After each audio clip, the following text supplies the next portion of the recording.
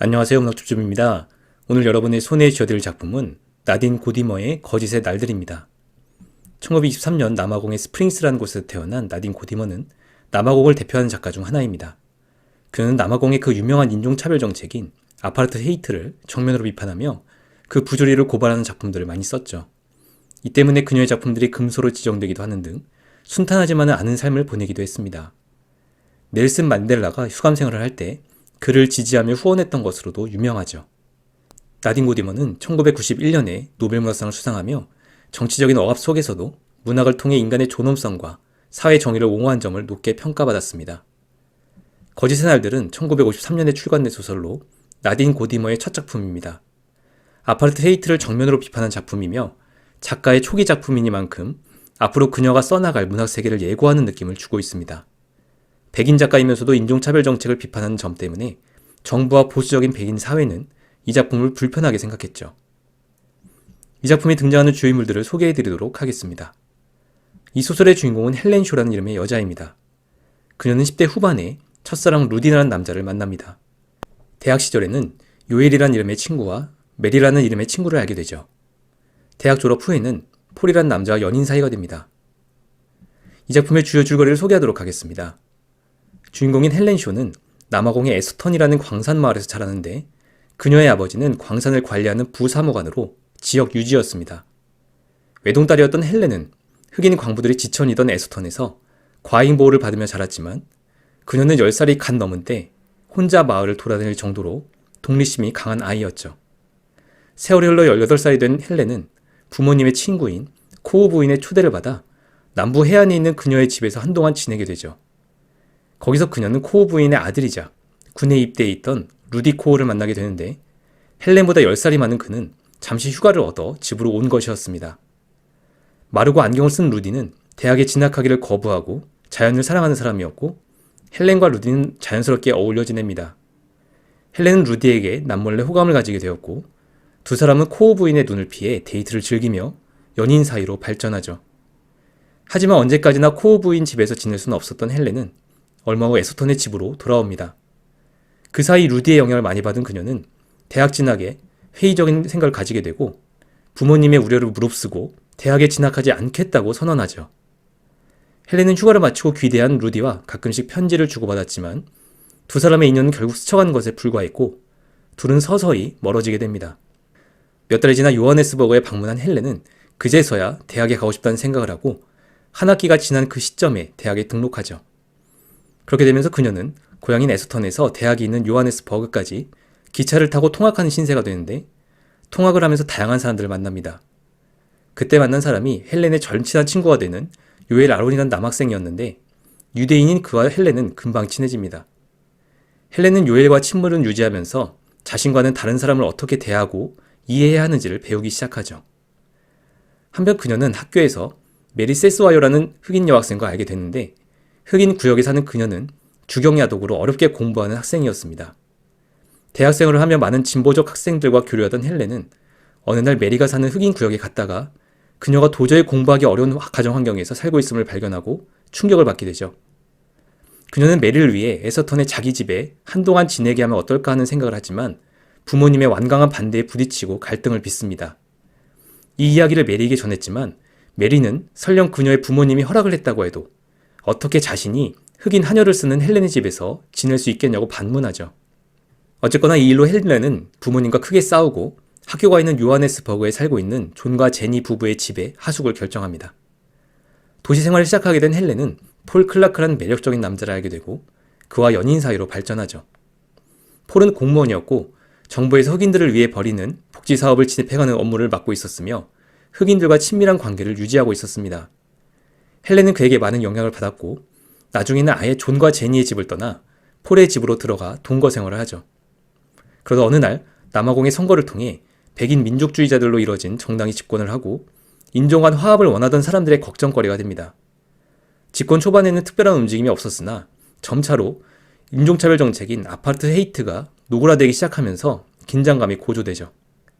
얼마 후에 에스턴으로 간 헬렌은 부모님에게 폴이란 남자와 동거를 한다는 사실을 밝혔다가 크게 갈등을 빚고 돌아오죠. 그녀와 폴은 조금씩 어긋나기 시작하면서 이별을 예감하게 되는데 헬렌은 폴의 사무실에서 하던 타이피스트 일을 그만둡니다. 한편 흑인 노동자들은 자신들의 권익을 위해 대규모 파업을 벌이고 당국은 강하게 이들을 탄압하는 사건이 벌어지죠. 흑인 거주구역에 갔다가 소식이 끊긴 폴을 찾아 들어간 헬렌은 경찰에 의해 흑인들이 살해당하는 장면을 목격하고 충격을 받습니다. 이런저런 일들로 인해 남아공의 환멸을 느낀 그녀는 유럽으로 건너갈 것을 계획하고 폴을 떠나 항구 도시 더반에 도착하죠. 거기서 그녀는 이스라엘로 가려는 옛 친구 요엘과 재회하고 그와 며칠을 보내며 많은 이야기를 나눕니다. 헬렌은 요엘과 시간을 보내며 그의 소중함을 깨닫고 한동안 그를 잊고 지낸 것을 후회하지만 곧 그는 이스라엘로 떠나버리죠. 요엘을 떠나보낸 그녀는 홀로 자신이 떠날 배를 기다리며 언젠가 다시 돌아올 것을 다짐합니다. 이 작품의 감상평을 공유하도록 하겠습니다. 먼저 헬렌 쇼의 성장에 대해서 생각해 보도록 하겠습니다. 이 작품은 작가의 자전적인 소설이기 때문에 주인공 헬렌 쇼는 사실 작가인 나딘 고디머의 현신이라고 할 수 있습니다.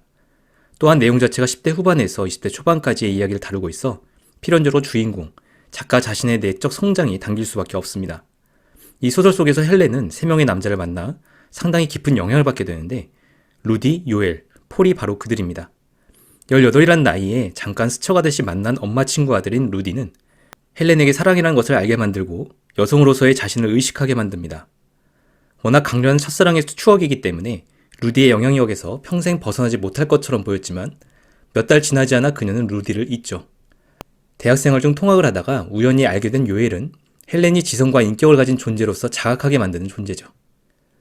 헬렌의 연인이 되는 폴의 경우에는 남아공의 사회 문제인 인종차별 문제에 대해서 눈을 뜨는 계기를 만들어줍니다. 이처럼 이 소설 내내 헬렌은 가까운 사람의 영향을 받는데 언제쯤 그녀가 홀로서기를 하는지 알 수 없게 만듭니다. 폴과 결별하고 더반으로 떠난 상황, 드디어 홀로서기를 할 것 같은 그 순간에도 요엘과 재회함으로써 다시 한번 영향을 받죠. 그랬던 헬렌이 드디어 홀로서기를 시작하는 장면이 바로 요엘을 떠나보낸 후인 마지막 장면인데 그녀는 잠시 유럽 생활을 하기로 결심하고 떠날 배를 기다리며 이렇게 생각합니다. 나는 이렇게 생각했다. 이제 괜찮아. 나는 더 이상 자기 기만을 하는 게 아니야. 달아나는 것도 아니야. 이 마지막 장면에 이르러서야 헬렌은 자기 자신에 대한 확신을 가지고 자신의 삶에 대한 방향을 설정하는 겁니다. 이 소설에 나타난 그녀의 모습을 통해서 우리는 인간의 성장에 있어서는 반드시 영향을 주는 누군가가 필요하다는 점을 확인할 수 있습니다. 마치 싱클레어에게 데미안이 있었던 것처럼, 그리고 요제프 크네이트에게 음악 명인이 있었던 것처럼 말이죠. 하지만 결국 홀로 남은 그 순간 마치 알을 깨고 나오는 것처럼 자학과 각성의 비약적인 성장을 하는 그녀의 모습은 시사하는 바가 있습니다. 바로 한 인간이 성장하는 계기는 결국 홀로 남겨졌을 때가 아닌가 하는 점입니다. 주변 사람들의 영향력을 자양분 삼지만 혼자 남겨지는 그 순간에 이르러서 성장이 이루어진다는 것이죠. 이 작품의 헬렌 쇼를 통해 한 인간의 내적 성장에 이르는 조건에 대해서 생각해 보게 됩니다. 다음으로 사회의 부조리를 깨닫는 방식에 대해서 생각해 보겠습니다. 나딘 고디머는 평생 글을 쓰면서 남아공의 흑백 인종 갈등과 차별에 대한 문제의식을 가지고 살아온 작가입니다.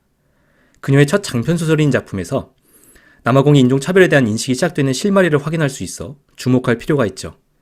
사실 헬렌이 어린 시절부터 흑인들에 대한 차별과 부정적인 인식은 백인 사회 저변에 널리 퍼져 있었는데 어린 헬렌을 집에 혼자 두지 않으려는 이유에서 이를 확인할 수 있습니다. 흑인 남자들 때문에 어린 여자아이를 혼자 남겨둘 수 없는 것이다. 어린 나이이기도 했기 때문에 이런 인식에 별다른 점을 느끼지 못하던 그녀는 성인이 되면서 인종차별을 문제로 인식하기 시작하죠. 재미있는 점은 작품 속 헬렌, 그 작가의 분신이 사회의 문제를 인식하는 계기가 거창한 사건이 아니라 개인적이고 사소한 사건이었다는 점입니다. 헬렌은 대학생활을 시작하면서 흑인 여학생인 메리와 친분을 쌓게 됐는데 백인으로서 어디서나 자유로운 그녀와 달리 메리는 그렇지 않음을 깨닫습니다. 그때 나는 내 인생에서 처음으로 그녀가 흑인이기 때문에 화장실을 마음대로 사용할 수 없다는 사실을 깨달았다. 아파르트헤이트가 정착되면서 흑인과 백인은 모든 생활 공간을 구분해서 사용해야 했는데 헬렌은 친구 메리를 통해 이를 체감한 것이죠. 이런 부분에서 실생활에서 체감하는 형태로 사회의 모순을 자각하는 것이 때로는 더 크고 긴 충격으로 다가올 수 있음을 확인할 수 있습니다. 이 작품에서는 비록 드라마틱하거나 멋진 깨달음의 방법이 아니라 조금씩 스며들듯이 사회의 모순을 인식해가는 모습을 발견할 수 있죠. 마지막으로 이 작품에서 작가가 공간적 배경을 활용하는 법에 대해서 생각해 보겠습니다. 이 소설은 총 3부로 구성되고 각 챕터는 공간적 배경을 제목으로 하고 있는데 광산, 바다, 도시가 바로 그것입니다. 각 챕터의 제목으로 주된 공간적 배경을 설정한 이유는 작가가 이를 활용하여 주인공인 헬렌의 이야기를 시각적이고 상징적으로 표현하고 있기 때문인 것 같습니다. 헬렌의 어린 시절을 다룬 짧은 챕터인 일부의 제목은 광산으로, 그녀는 에서턴의 광산 마을에 닻을 내린 채 고정된 삶을 사는 것처럼 묘사되죠. 마치 광산이 땅속에 그 광맥이 있는 지점에서만 형성될 수 있는 것처럼 한 지점에 고정된 채 맴돌며 산 헬렌의 어린 시절을 표현한 것 같습니다. 만약 그녀가 끝까지 광산촌에서만 살았다면 그녀의 인식이나 삶은 고정될 수밖에 없었을지 모르죠. 한편 2부의 제목인 바다는 들어왔다가 나가는 밀물과 썰물, 파도의 이미지를 통해 10대 후반이 된 헬렌의 삶을 표현한 것 같습니다.